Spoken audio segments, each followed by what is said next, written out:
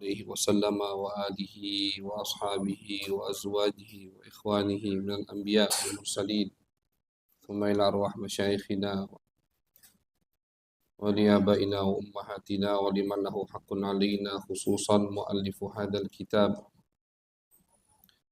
الإمام العالم العلامة المحدث أبو يا سيد محمد علوي المالكي الحسني بأن الله يغفر لهم ويرحمهم ويعلي درجاتهم في الجنة وينفعنا بأسرارهم وأنوارهم وعلومهم وبركاتهم في الدين والدنيا والآخرة بسر الفاتحة.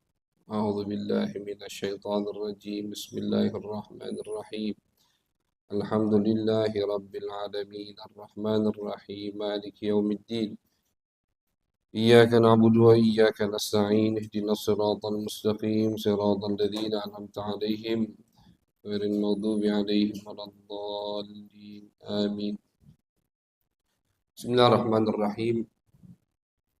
الحمد لله رب العالمين وبه نستعين على أمور الدنيا والدين. صلى الله على سيدنا محمد خاتم النبيين وعلى آله وصحبه أجمعين. رب اشرح لي صدري ويسر لي أمري واحلل عقدة من لساني يفقه قولي. سبحانك لا علم لنا إلا ما علمتنا إنك أنت العليم الحكيم. أما بعد،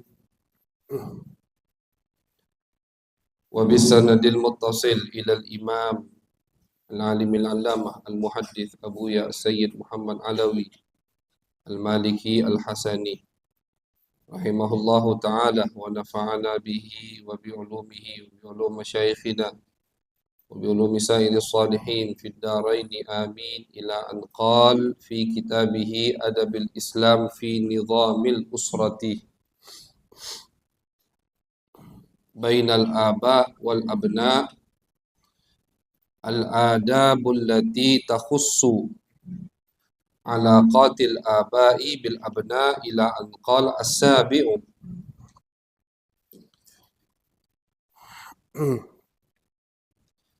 استئذان الأبناء عند الدخول على أبويهم في الأوقات الخاصة كما قال تعالى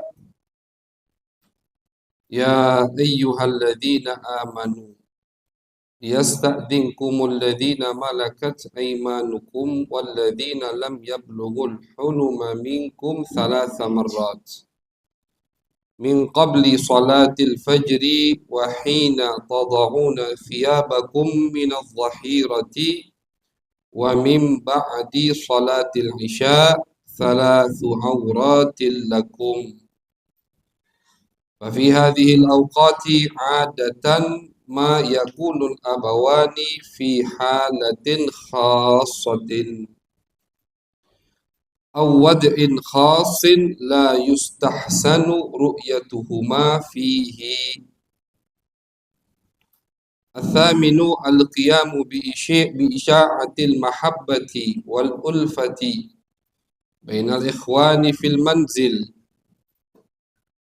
والعدل بينهم في العطف والتسوية حتى لا يقع في قلب واحد منهم بغض أو حقد أو غيرة من أخيه كما حصل بين إخوة يوسف عليه السلام. ولذلك قال صلى الله عليه وسلم مشيرا إلى العدل بينهم في العطية والوصية اتقوا الله واعدلوا في أولادكم. أما في العطف والقبلة والرحمة فعن أنس رضي الله عنه أن رجلا كان جالسا مع النبي صلى الله عليه وسلم فجاء بني له فأخذه فقبله وأجلسه في حجره ثم جاءت بنية له فأخذها فأجلسها إلى جنبه فقال النبي صلى الله عليه وسلم فما عدلت بينهما رواه البيهقي. الحمد لله. Alhamdulillah wa syukurillah. Puji syukur kehadiran Allah Subhanahu wa taala atas semua nikmat yang Allah berikan kepada kita. Nikmat iman, nikmat Islam, nikmat ihsan insyaallah. Nikmat taufik hidayah, nikmat sehat afiah sehingga kita bisa duduk bersama kembali di tempat yang insyaallah diberkahi oleh Allah Subhanahu wa taala. Salawat dan salam kita haturkan kepada baginda besar Nabi Agung Nabi Muhammad sallallahu alaihi wasallam. Ibu-ibu yang dirahmati oleh Allah, kajian kita masih di bab yang menerangkan adab-adab yang harus kita amalkan, yang harus kita praktekkan, yang sudah ditetapkan oleh syariat antara orang tua dan anak-anaknya. Jadi ini Buya Sayyid Muhammad masih akan memberi kita maklumat, pengetahuan tentang adab antara orang tua dan anak. Kita berada di adab yang ketujuh, yaitu beliau berkata, adab yang ketujuh antara anak dan orang tua, istidzanul abna inda dukhul ala abawaihim fil awqatil khassah.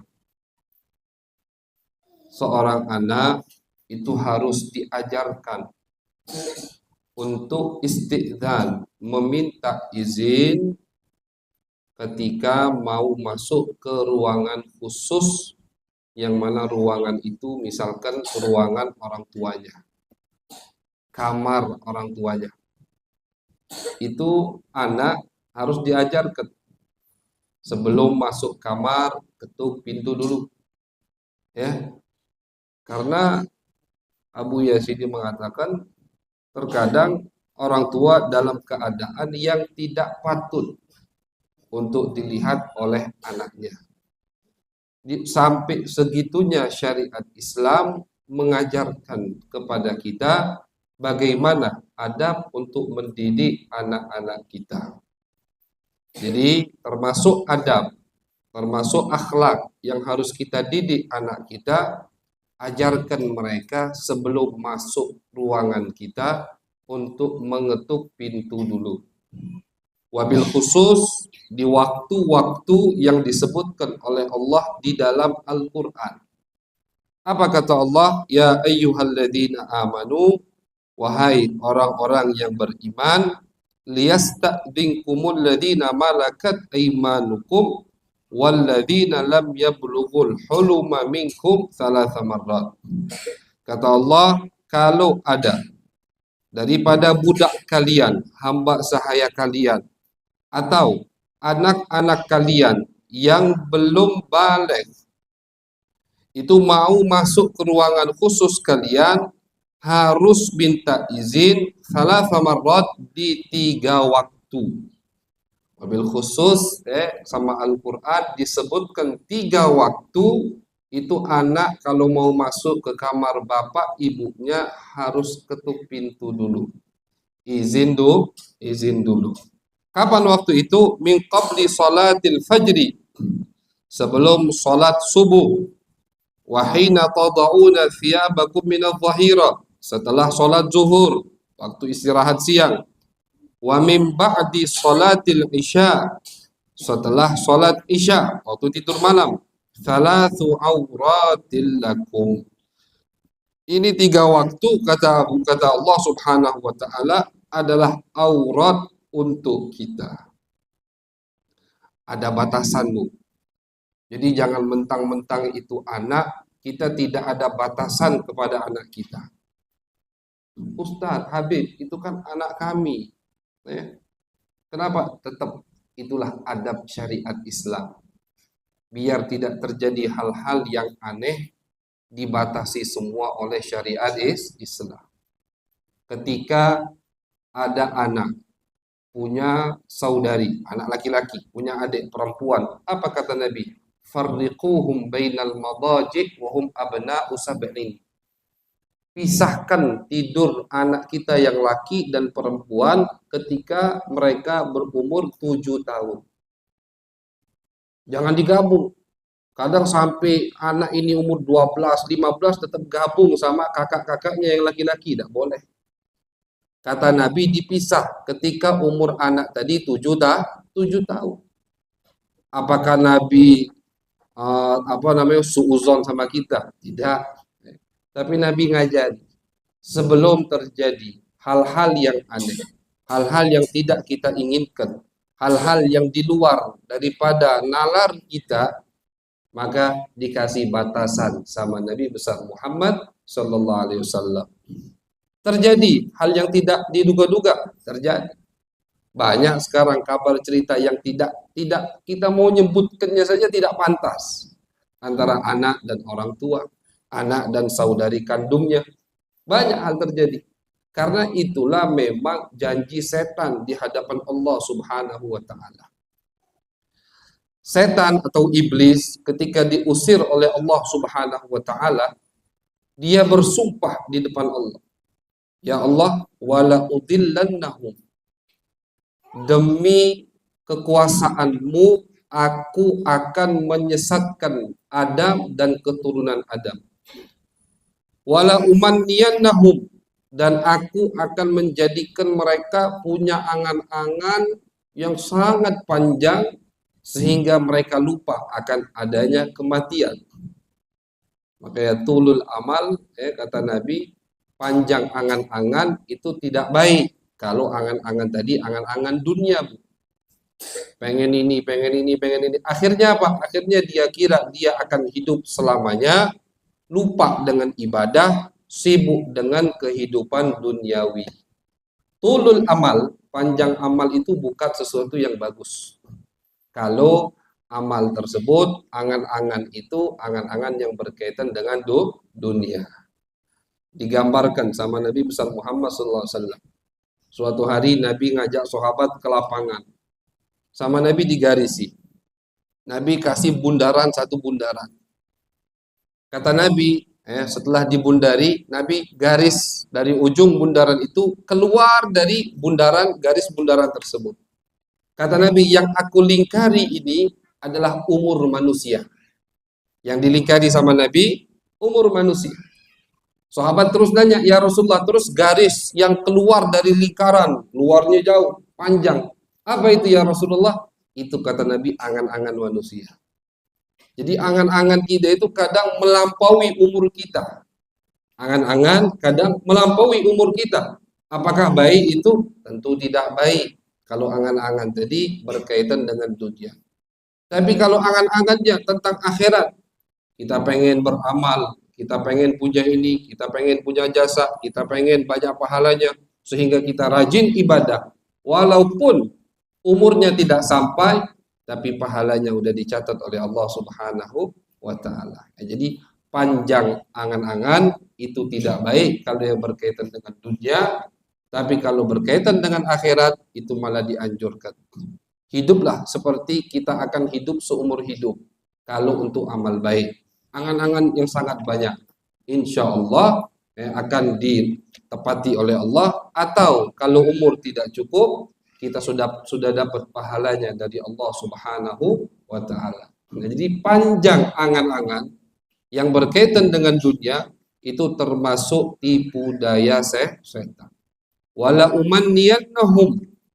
Ini setan di depan Allah. Aku akan beri mereka angan-angan yang panjang sehingga mereka lupa dengan akhirat. Fala yughayyirunna khalqallah. Dan ya Allah, aku akan buat keturunan Adam merubah dari ciptaanmu. Ciptaan manusia, tabiat manusia akan dirubah oleh setan menjadi tabiat, bukan tabiat manusia. Ciptaan yang Allah ciptakan akan dirubah oleh manusia. Sudah banyak kita dengar di berita sekarang. Ciptaan Allah dirubah. Bagaimana? Anak lahir laki, operasi jadi perempuan. Laki-laki pengen jadi perempuan. Yang perempuan pengen jadi laki-laki.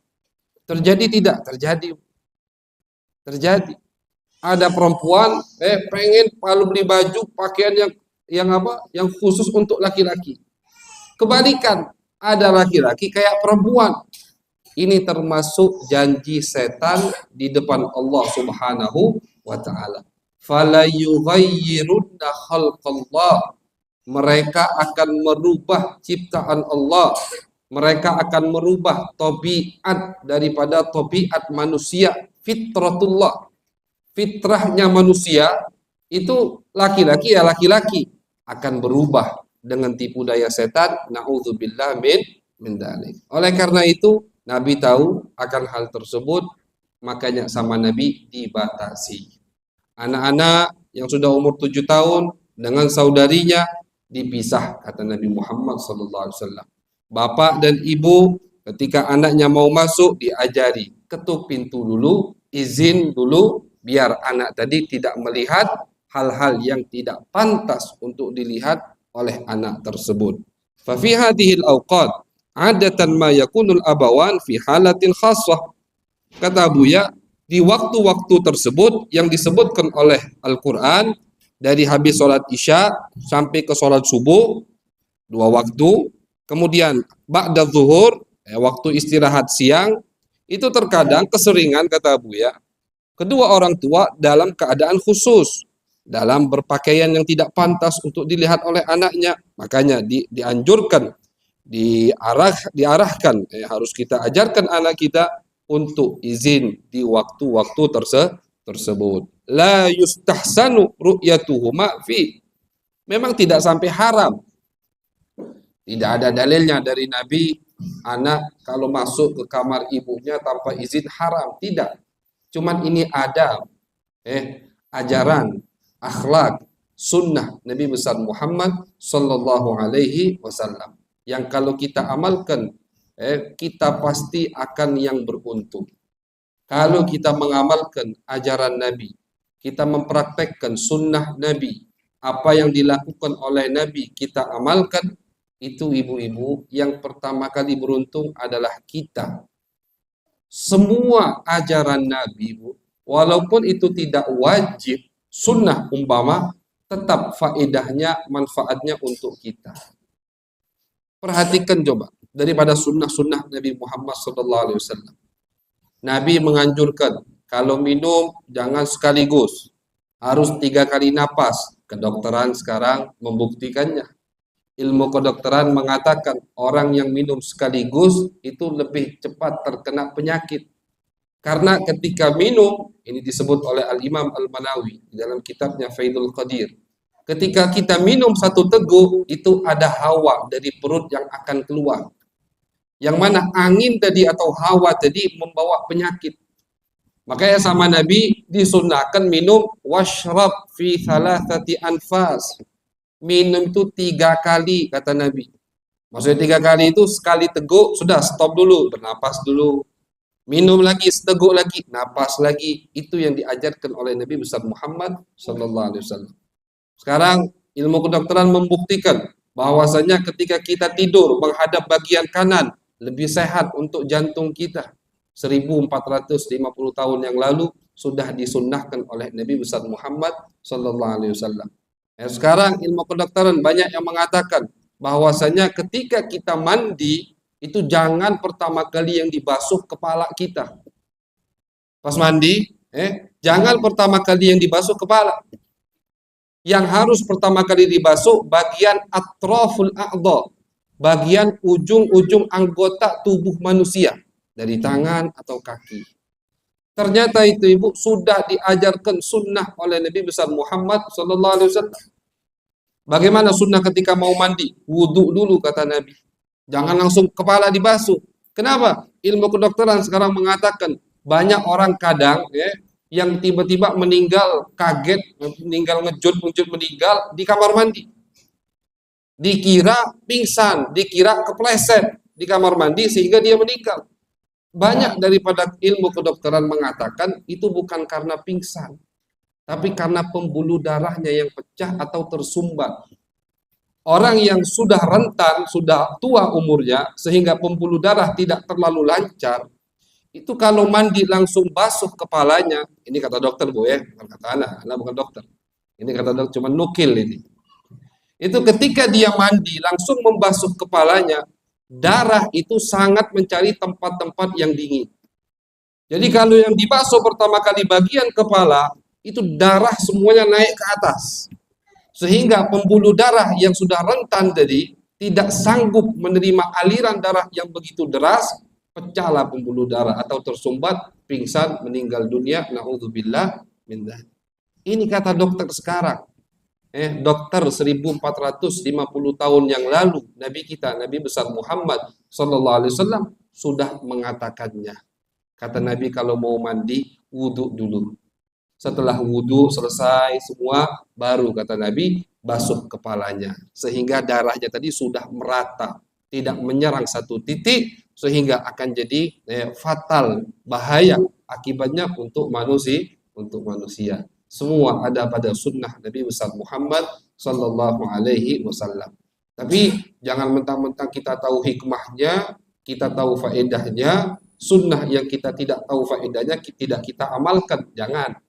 Kadang Allah Subhanahu wa taala membeberkan, memberitahu kita hikmah daripada sunnah Nabi. Kadang juga banyak dari sunnah Nabi tidak Allah kasih tahu, tidak Allah beberkan, belum Allah ajarkan kepada manusia. Untuk apa? Untuk ngetes mana yang betul-betul mau melakukan sunnah karena itu sunnah Nabi atau karena hal-hal yang lain. Nah, itu kadang ikhtibar, ujian dari Allah Subhanahu wa taala. Jadi kalau mau hidup sehat, hidup selamat, hidup tentram, hidup sakinah, mawaddah warahmah, kita amalkan apa yang diajarkan oleh Nabi besar Muhammad sallallahu alaihi wasallam. Jangan kita ukur pakai logika kita. Habib ini kan anak aku semua, mereka kan saudara kandung. Habib ini kan anak aku, tidak apa-apa dia melihat aku dalam keadaan apapun. Jangan, karena itu sudah diwanti-wanti oleh Nabi kita, Nabi besar Muhammad sallallahu alaihi wasallam.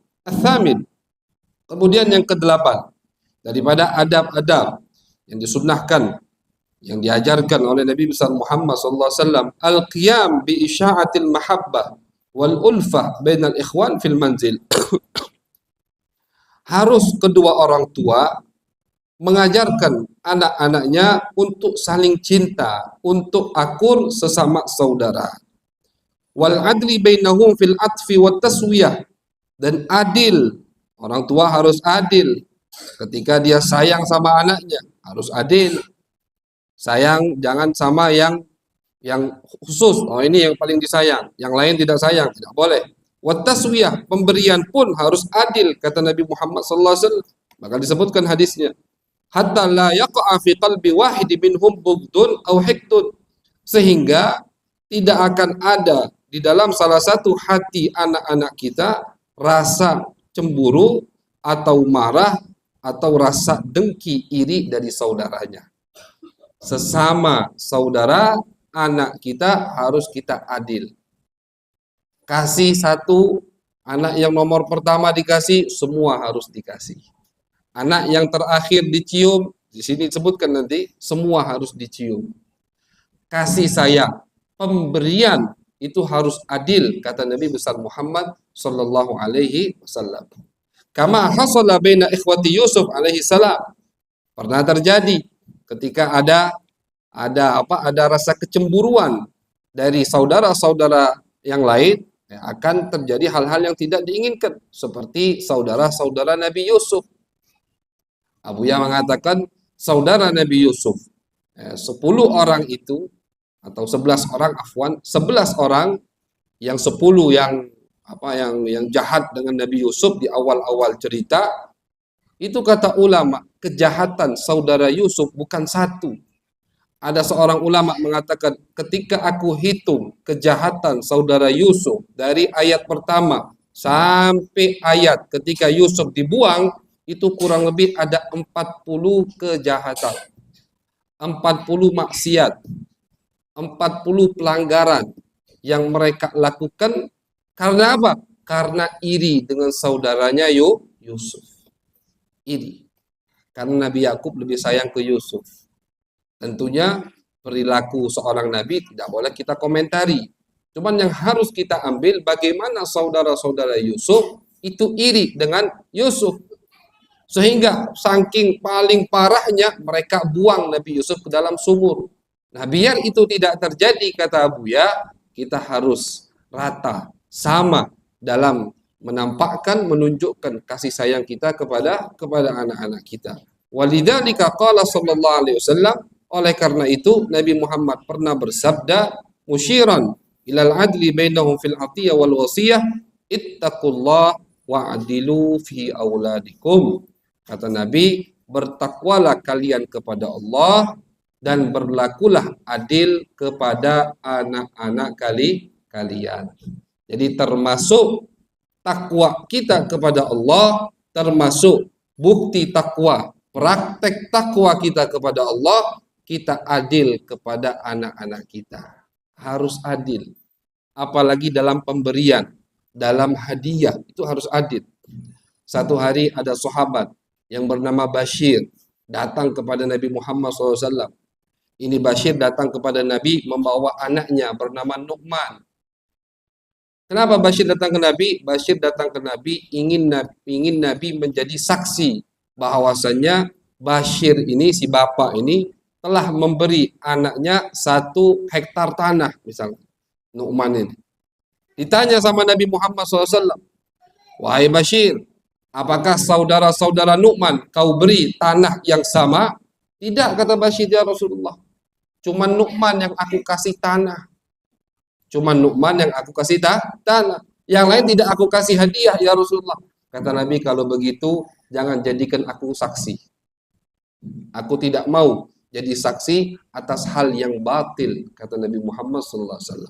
Jadi pemberian dari orang tua kepada anaknya, salah satu anaknya, tanpa memberi anak-anaknya yang lain, itu dianggap hal yang batil, hal yang mungkar oleh Nabi besar Muhammad Sallallahu Alaihi Wasallam. Cuman tetap ulama ketika mencarahkan hadis tersebut, bukan artinya ketika memberi anak 1, ya Habib, akhirnya aku tidak bisa beli anak aku. Kenapa? Kalau setiap beri harus semua dikasih, berat kadang.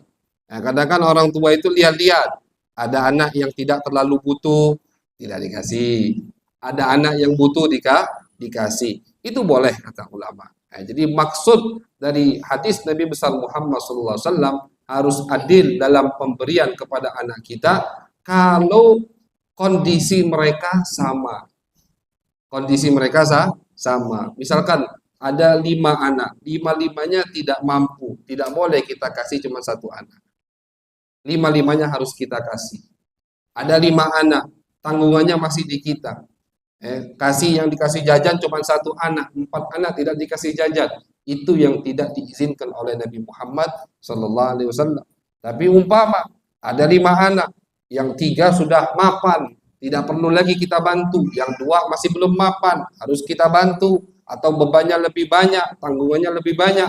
Di situ diizinkan oleh syariat Islam, itu kata ulama. Jadi bukan artinya setiap kita memberi anak kita harus adil, semua dikasih, tidak. Tapi lihat juga kondisi, situasi anak-anak tersebut. Intinya harus kita bisa-bisalah sama anak, itu yang diajarkan atau yang diarahkan oleh Nabi besar Muhammad Sallallahu Alaihi Wasallam. Amma fil atfi wal qublati war rahmah. Bahkan kata Buya, dalam kasih sayang, bentuk kasih sayang seperti mencium anak atau memeluk anak, di situ pun harus adil. Jadi bukan hanya dalam pemberian, bukan hanya dari materi, bukan. Dalam mencium pun harus adil. Diriwayatkan oleh sahabat Anas bin Malik, anna rajulan kana jalisan ma'an Nabi. Ada satu laki-laki duduk bersama Nabi. Tiba-tiba datang bunayyun lahu, anak laki-lakinya. Fa akhadahu, anak laki-laki tadi dipeluk, fa qabbalahu, dicium, wa ajlasahu fi hijrih, didudukkan di pangkuannya. Ini sahabat lagi duduk sama Nabi. Tiba-tiba datang anak lakinya, yang masih kecil. Diambil anak laki-lakinya ini sama sahabat, dipeluk, dicium, dipangku. Kemudian ja'at bunayyatun lahu. Kemudian datang saudarinya perempuan. Fa'akhadhaha, diambil juga, dipeluk, tapi didudukkan di sampingnya, tidak dipangku, tidak dicium. Kenapa? Karena yang datang ini perempuan, anak perempuan. Apalagi ini untuk orang Arab dulu ya. Orang Arab dulu itu mereka lebih senang kalau dapat anak laki-laki.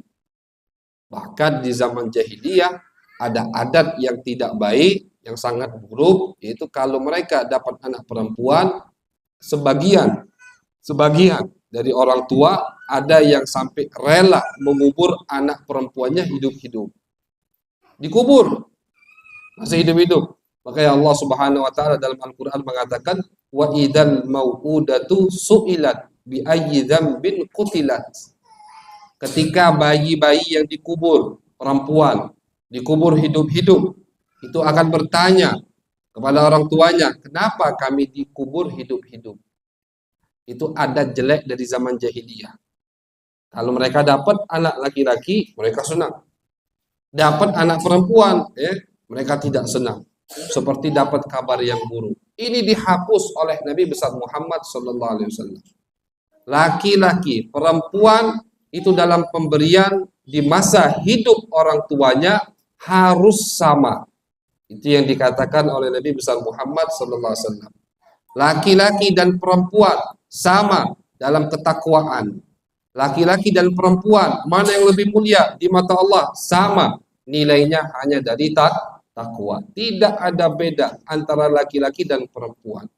Namun kenapa ada sebagian hukum, ada beberapa bab, beberapa masalah di situ laki-laki lebih diuntungkan, dilihat sekilas lebih diuntungkan daripada perempuan? Tentunya ada alasan-alasan tertentu. Salah satunya masalah warisan. Laki-laki, kalau laki-laki dapat 10 juta, maka perempuan dapat setengahnya 5 juta. Lidzakari mithlu hadzil unthayain, kata Allah. Untuk laki-laki 2 kali lipat jatah wanita. Laki dapat 10 juta, perempuan dapat 5 juta. Ini hukum Islam. Banyak sekarang di zaman akhir ini yang mau merubah hukum ini. Kenapa kami dikasih beda? Kami pengen sama, nuntut. Akhirnya ada hukum yang menyamakan laki-laki dan wanita. Tidak boleh. Selagi ahli waris laki-laki tidak terima bahwasanya perempuan diberi jatah sama dengan mereka, walaupun hukum negara mengatakan boleh, tetap itu hak laki-laki. Kecuali kalau saudaranya ahli waris lain mengatakan ya sudah kami ikhlas, tidak apa-apa, dibagi rata, di situ baru jadi halal. Tapi kalau ahli waris yang lain, laki-laki, tidak setuju, ini perempuan dapat jatah yang sama dengan mereka, maka yang diterima lebih oleh wanita tersebut, hukumnya haram. Tidak boleh. Karena Al-Quran yang mengatakan, bukan ulama, bukan Syafi'i, bukan Malik, bukan Abu Hanifah, tapi Allah Subhanahu wa ta'ala. Laki-laki 2 kali lipat jatah perempuan. Loh kenapa itu Habib? Zalim syariat. Bukan zalim. Kata ulama, coba dipikir. Ketika laki-laki dapat warisan 10 juta misalkan, sama wanita dapat warisan 5 juta. Itu kira-kira cepetan mana habis duitnya? Yang laki apa yang perempuan? Yang laki dapat 5 juta langsung beli emas. Dia yang laki. Tapi yang perempuan, afwan. Yang laki ketika dia dapat warisan banyak tanggung jawabnya. Dia harus nafkahi istrinya, nafkah anaknya. Mungkin ibunya masih ada yang tua, nafkah dia juga. Mungkin ada keponakan. Pandangan syariat di situ. Tapi kalau ibu kayak perempuan dapat warisan itu hak ibu sudah. Hak wanita 100%. Tidak ada tanggung jawab wanita. Wanita tidak wajib menafkahi anaknya. Wanita seorang ibu tidak wajib menafkahi suaminya. Kebalikan, suami yang wajib menafkahi anak dan istrinya. Nah, jadi ketika syariat memberi jatah suami atau laki-laki lebih banyak, karena memang tanggungan. Beban seorang laki-laki itu lebih banyak daripada beban perempuan. Ini cuma di beberapa hukum. Sisanya syariat menyamakan antara laki-laki dan wanita. Makanya ketika ada gambaran-gambaran daripada gambaran atau amalan sahabat, kelakuan sahabat yang seakan-akan memisahkan, membedakan laki-laki dan wanita, di situ langsung dijelaskan oleh Nabi besar Muhammad sallallahu alaihi wasallam. Kenapa anak laki-lakimu kau cium, kau peluk, kau pangku, sedangkan anak perempuanmu tidak kau pangku, tidak kau cium. Fama adalta bainahuma. Kata Nabi, kau tidak adil di situ. Harus adil. Ketika kau cium, kau peluk anak laki-lakimu, anak perempuanmu wajib kau peluk, wajib kau cium. Artinya harus sama. Sama. Di dalam, dan kita lihat kalau kita lihat yang ada beda laki-laki dan wanita di dalam syariat Islam, itu hal-hal yang berkaitan dengan duniawi, warisan, warisan yang berkaitan dengan harta. Coba pikirkan yang berkaitan dengan akhirat, tidak ada bedanya, semua sama, tidak ada beda. Ketika Nabi mengatakan bahwasanya barisan laki-laki yang paling bagus di depan, perempuan di belakang. Apakah perempuan di belakang tidak sama dengan laki-laki di depan? Sama, kata Nabi. Apa kata Nabi? Sebaik-baiknya barisan sholat laki-laki yang paling depan, dan sebaik-baiknya barisan sholat perempuan yang paling di belakang. Itu kata Nabi Muhammad SAW. Ketika di satu masjid, satu musola, ada dua jamaah. Maksudnya ada laki-laki, ada perempuan. Maka di situ yang paling afdol untuk laki-laki yang paling di depan. Yang paling afdol untuk perempuan yang paling di belakang, sama pahalanya. Ketika datang perempuan sahabiyah kepada Nabi Muhammad SAW, apa kata perempuan ini? Ya Rasulullah, kalian laki-laki enak, ada sholat Jumat, ada jihad, pahalanya besar. Kami apa ya Rasulullah? Ini perempuan protes, tapi bagus protesnya, minta pahala sama Nabi Muhammad SAW. Kalian masyarul rijal, laki-laki enak, sholat Jumat pahala, jihad di jalan Allah pahala, kalian bebas. Kami apa kata Nabi Muhammad? Kamu wahai fulanah ya fulanah, dudukmu di rumah, menjaga amanah, menjaga harga diri suamimu, itu semua pahalanya sama seperti yang kami dapatkan ketika kami jihad, ketika kami sholat Jumat di masjid. Jadi ibu di rumah itu pahalanya sama dengan suami yang jihad di jalan Allah Subhanahu wa ta'ala. Cuman tempatnya beda, gitu aja. Tempatnya beda. Jadi jangan mau ditipu dengan orang yang mengatakan, pemikiran yang mengatakan, kenapa wanita dikurung? Kenapa wanita begini? Kenapa wanita harus ditutup? Jangan tertipu dengan hal-hal tersebut, karena keuntungan akhirat itu semua dibagi rata adil oleh Allah, oleh Nabi besar Muhammad sallallahu alaihi wasallam. Berapa banyak kata Nabi Muhammad perempuan yang melebihi laki-laki dalam keunggulan, dalam kealiman, dalam ketakwaan.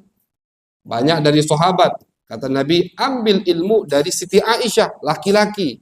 Suruh Nabi ngambil ilmu dari Sayyidah Aisyah radhiyallahu taala anha.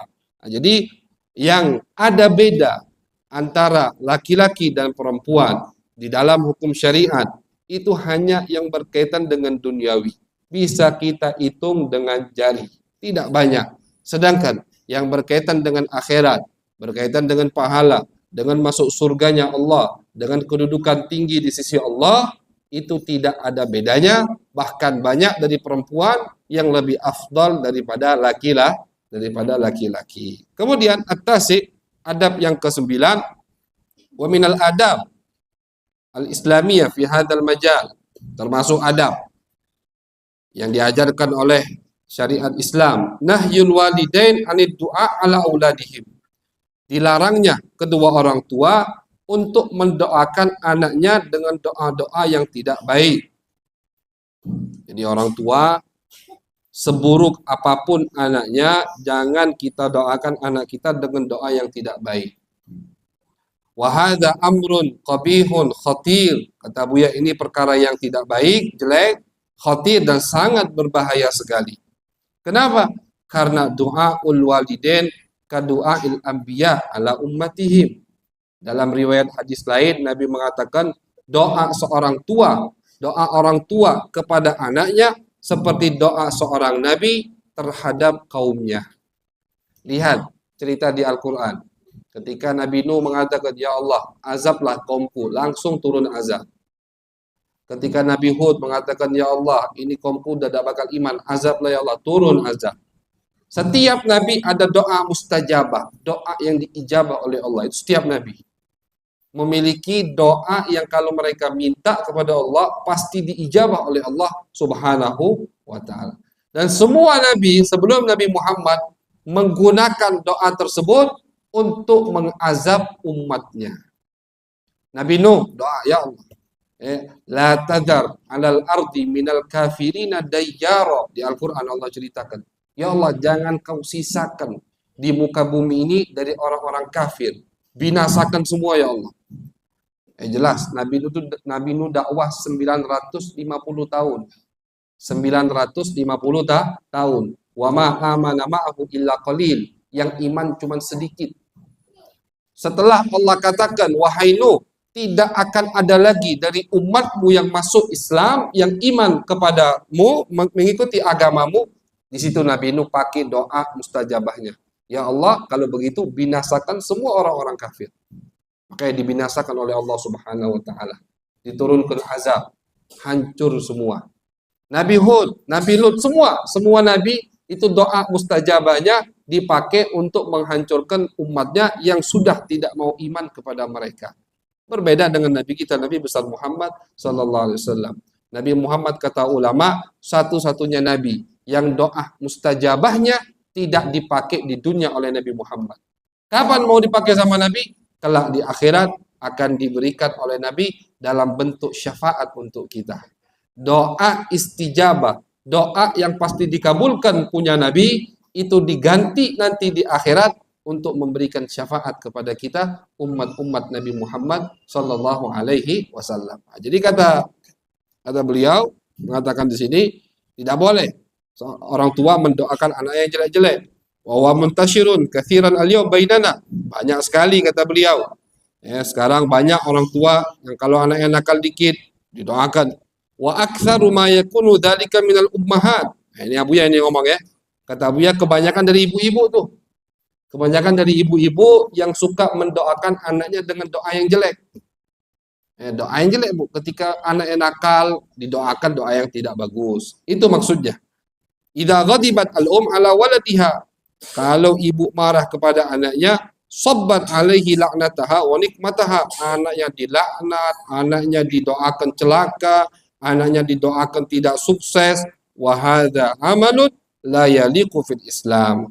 Ini perbuatan yang tidak pantas di dalam syariat Islam.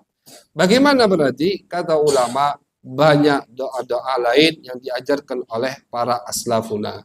Ketika kita melihat anak kita tidak baik, kita doakan Allah yahdi. Walaupun doa Allah yahdinya sambil kita cubit, dicubit, tapi doanya Allah ya, mudah-mudahan Allah memberimu hidayah. Dihukum, dirotan, misalkan, dipukul dengan apa? Pukulan yang dibolehkan oleh syariat, tapi sambil didoakan, mudah-mudahan Allah memberikanmu hidayah. Mudah-mudahan kau lebih benar. Mudah-mudahan kau lebih rajin. Nah, jadi jangan didoakan, kau ini tidak ada baiknya nak. Aku tidak pernah melihat kebaikan dari dirimu nak. Itu doa-doa yang tidak pantas. Kenapa? Karena nanti kembalinya ke kita sendiri, seperti yang disabdakan oleh Nabi besar Muhammad SAW. La tad'u ala anfusikum. Kata Nabi, jangan kalian mendoakan diri kalian celaka. Wala tad'u ala uladikum. Jangan mendoakan anak-anak kalian dengan doa yang celaka, doa yang jelek. Wala tad'u ala khadamikum, pembantu kalian, hamba sahaya kalian, juga jangan didoakan doa-doa yang jelek. Wala tad'u ala amwalikum, jangan doakan harta kalian, doa yang. Kenapa alasannya? La tuwafiqu minallahi sa'ah. Takutnya kata Nabi, nanti bertepatan dengan 1 jam, 1 waktu, yang mana waktu tersebut yus'alu fiha ata'un fayastajiba lakum. Allah akan mengijabah semua doa di waktu tersebut. Jadi dalam 1 hari kita ini ada 1 waktu yang kalau kita berdoa kepada Allah, doa kita pasti dikabulkan oleh Allah. Setiap hari ada. tapi waktunya tidak disebutkan oleh Nabi besar Muhammad SAW. Kapan itu? Wallahu a'lam. Dan berpindah-pindah. Mungkin saat ini, hari ini habis maghrib, besok habis isya, besok zuhur, besok asar. Kata Nabi, takutnya nanti ketika kalian mendoakan anak kalian dengan doa yang tidak baik, bertepatan dengan jam tersebut, dengan waktu tersebut, akhirnya anaknya tidak baik betulan. Maka diceritakan datang seorang laki-laki ila Abdullah bin Mubarak. Datang seorang laki-laki kepada Abdullah bin Mubarak. Fasyaka ilaihi min ba'di auladi. Abdullah bin orang laki-laki ini mengadu ke Abdullah bin Mubarak tentang perilaku anaknya. Anaknya nakal, anakku ini begini, anakku ini begini. Apa kata Abdullah bin Mubarak? Jadi Abdullah bin Mubarak tidak memarahi anaknya, tapi yang pertama kali diinterogasi bapaknya. Apa kata Abdullah? Hal da'auta alaih? Apakah kau pernah mendoakan anakmu dengan doa yang jelek, yang tidak baik? Qala na'am, iya. Nah, jadi bapaknya pernah doakan anaknya dengan doa yang tidak baik. Apa kata Abdullah? Anta afsadtahu. Kau penyebab anakmu rusak. Jadi penyebab anakmu rusak, penyebab anakmu melakukan hal-hal yang tadi kau sebutkan itu dirimu, kata. Kenapa? Karena kau pernah mendoakan anakmu dengan doa yang tidak baik. Nah, jadi ibu-ibu, doa orang tua itu doa mustajabah. Ketika anak kita misalkan di pondok pesantren, pengen sukses, pengen berhasil, itu doa ibu. Doa orang tua. Doa ibu, doa orang tua. Anak-anak juga harus yakin dengan doa ibu, dengan orang tua. Kalau orang tuanya kuat, di malam hari bangun, munajat kepada Allah, pengen anaknya sukses, pengen anaknya berhasil, pasti berhasil. Ya kami pernah mengalami, ini cerita pribadi, ketika mau berangkat ke Mekah, masih di Darul Habib dulu, itu untuk masuk atau berangkat ke Mekah susah, Bu. Bahkan 2 bulan atau 3 bulan sebelum ada kabar diterima, atau bukan masalah terima atau tidak terimanya, visanya yang ke sana tuh yang susah, visanya. Ke Mekah belajar dengan Abuya Sayyid Ahmad Al-Maliki, itu yang susah visanya. Bahkan 3 bulan, 4 bulan sebelum kabar ada visa, itu Abuya almarhum Ahmad Naufal Al-Kaf, guru kami, itu umroh. Pulang umroh bulan Maulid ini. Umroh, pulang umroh Abu yang ngomong, Nabi sudah ke Mekah susah sekarang lagi. Banyak masalah di sana. Visa, orang yang sudah ke sana visanya tidak keluar sehingga jadi buron. Kata Abu ya udahlah Nabi, tidak usah ke Mekah, inti ke Tarim aja, ke Ahqaf. Kita asalnya mau ke Ahqaf. Cuman kita punya ibu, itu memang dari awal ngomongnya inti ke Mekah. Kuat ibu kita, Syarifah hafizahullah, Salamah binti Abdullah Al-Kaf, itu kuat pengen kita ke Mekah. Kata Ummuna, itu manggilnya Ummuna, inti ke Mekah. Itu udah, anak bilang doa aja. Kalau memang itu keinginan Ummuna, doa. 4 bulan sebelum keberangkatan, Abu Ya Ahmad Naufal pulang dari Mekah ngomong susah ke Mekah. Masalah ini dah. Akhirnya di bulan Rajab ikut tes untuk masuk ke Ahqaf, ke Yaman. Alhamdulillah lulus.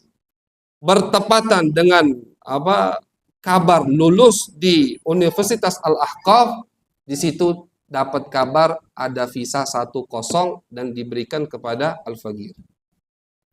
Jadi kaget-kaget. Sebelum berangkat sebulan baru tahu mau berangkat ke Mekah. Ternyata apa? Ternyata ada satu anak yang sudah pasti mau berangkat, batal, tidak jadi berangkat. Akhirnya visanya dikasihkan ke kita. Ini doa seorang ibu. Itu fadilah ibu. Ketika ibu yakin kita akan berangkat, kayak itu sudah pasti, alhamdulillah sampai juga. Itu berkat doa ibu. Nah, jadi kalau ibu pengen anaknya sukses, ibu doa. Minta sama Allah. Jangan ini susah, uangnya tidak ada. Jangan mikir materi, jangan mikir ekonomi, jangan mikir duniawi. Itu semua urusan Allah Subhanahu wa taala. Kalau Allah mau bukakan jalan, sesusah apapun jalan itu di mata kita akan dibukakan oleh Allah Subhanahu wa taala. Satu anak sudah pasti mau berangkat, cuman ibunya tahu, ini ibunya juga yang nggak boleh berangkat. Ibunya tahu ini ibu ini anak di sana 10 tahun tidak diizinkan, dibatalkan. Akhirnya itu visa datang sendiri ke kita, yang mana kita sudah mau niat, sudah tes, sudah lulus untuk ke Ahqaf Yaman. Akhirnya batal ke Yaman, jadinya ke Abuya Sayyid Ahmad bin Muhammad Alawi Al-Maliki hafizahullah. Ini salah satu bukti bahwasanya doa seorang ibu itu sangat punya peran besar sekali dalam keberhasilan anak-anaknya. Jadi ini ketika laki-laki bapak ngadu ke Abdullah bin Mubarak, anaknya begini, kata Abdullah, pernah kau doakan anakmu dengan doa yang tidak baik? Pernah. Berarti kau yang merusak anakmu. Bukan anakmu yang rusak, tapi bapak yang merusak anaknya. Na'udzubillah min dalik. Fattakullah ibadallah. Kata Abuya, bertakwalah wahai hamba-hamba Allah, wala tad'u ala auladikum illa bi khair. Jangan kalian doakan anak kalian kecuali dengan doa-doa yang baik. Walaupun anak tadi nakal, doakan doa yang baik. Wa'lamu annallaha, ketahuilah kata Abuya, bahwasanya Allah Subhanahu wa taala yanfa'ukum bihim fi hayatikum kama yanfa'ukum bihim ba'da mamatikum. Sebagaimana ketika kalian masih hidup, anak kalian sukses, kalian akan merasakan manfaatnya. Begitu juga ketika kalian sudah meninggal, anak kalian akan memberikan manfaat yang banyak buat kita. Invest akhirat salah satunya adalah anak yang soleh. Disabdakan oleh Nabi besar Muhammad SAW, idza matal insan, kalau seorang manusia meninggal, inqata'a anhu amaluhu illa min thalathah. Semua amalnya akan terputus kecuali 3, kata Nabi. Apa itu? Yang pertama, sedekatin jariyah, sedekah yang terus berlanjut.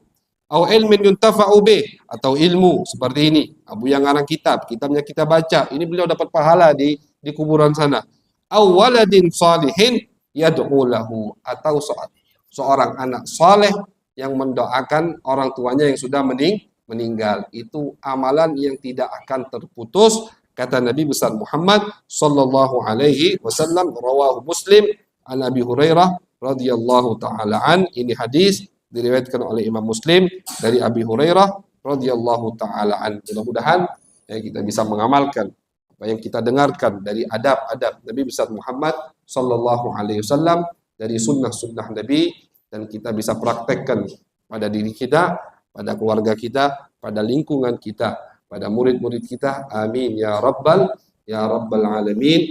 Allahumma aghnina bil ilm wa zayyinna bil hilm wa akrimna bit taqwa wa jammilna bil afiyah. Allahumma ij'al jam'ana hadha jam'an marhuma wa tafarruqana min ba'dihi tafarruqan ma'suma wa la taj'al fina wa la ma'ana wa la ilayna syaqiyan wa la mahruma. Rabbana taqabbal minna innaka antas samiul alim.